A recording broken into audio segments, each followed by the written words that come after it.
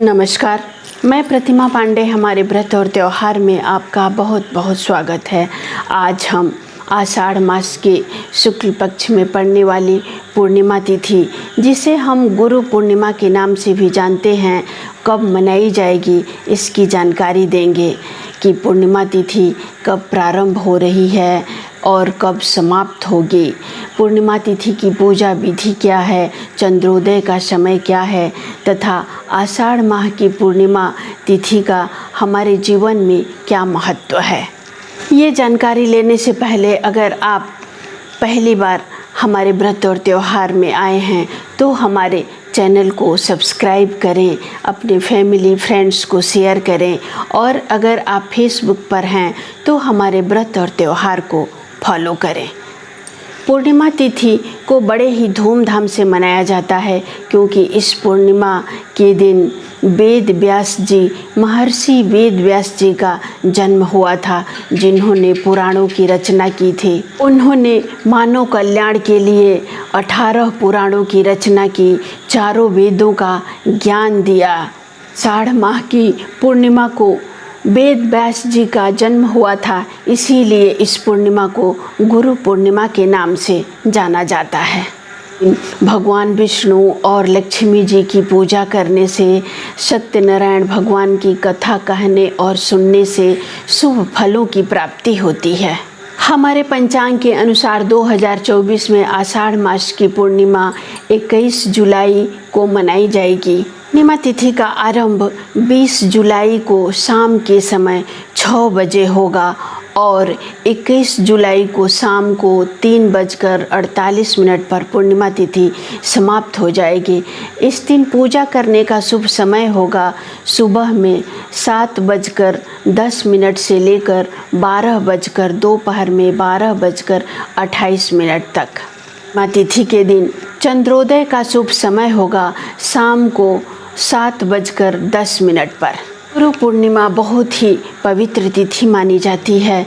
गुरु पूर्णिमा के दिन आप ब्रह्म मुहूर्त में उठकर स्नान आदि से निवृत्त होकर सबसे पहले अपने गुरु का ध्यान करें। अगर आप गुरुमुख हुए हैं तो जो गुरु जी से गुरुमुख हुए हैं उनका ध्यान करें और आपके जीवन में जितने भी गुरु आए हैं और आपके जीवन में बदलाव हुआ है उन सबको ध्यान करते हुए उसके बाद सूर्य को अर्घ प्रदान करें और उसके बाद भगवान विष्णु और लक्ष्मी जी की विधि विधान से पूजा करें।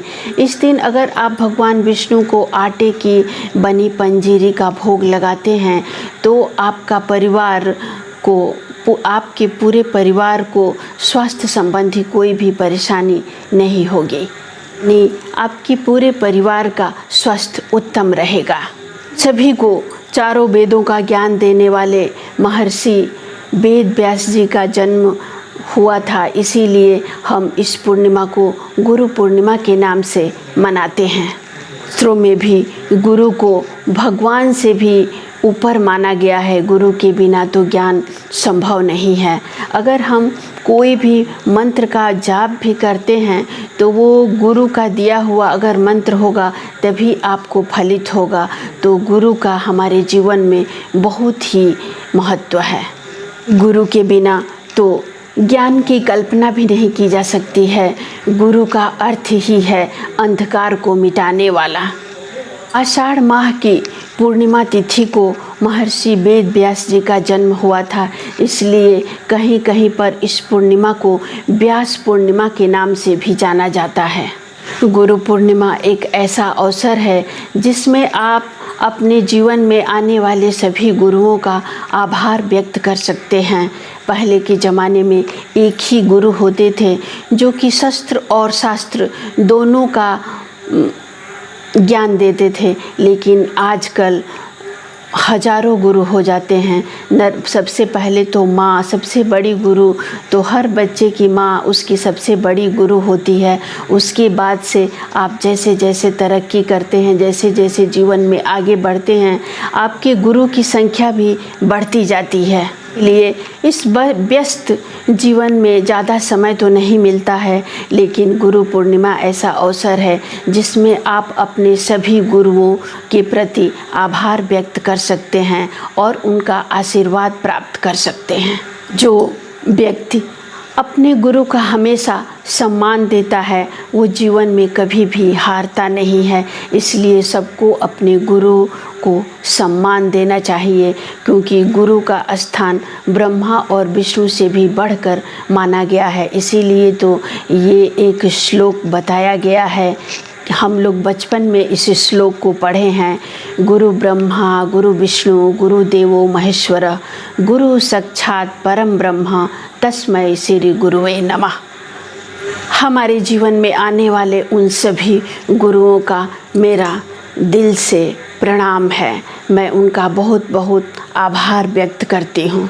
इस गुरु पूर्णिमा के शुभ अवसर पर आप भी अपने गुरु का आशीर्वाद प्राप्त करें। अगले वीडियो में हम फिर एक नई जानकारी के साथ उपस्थित होंगे। नमस्कार।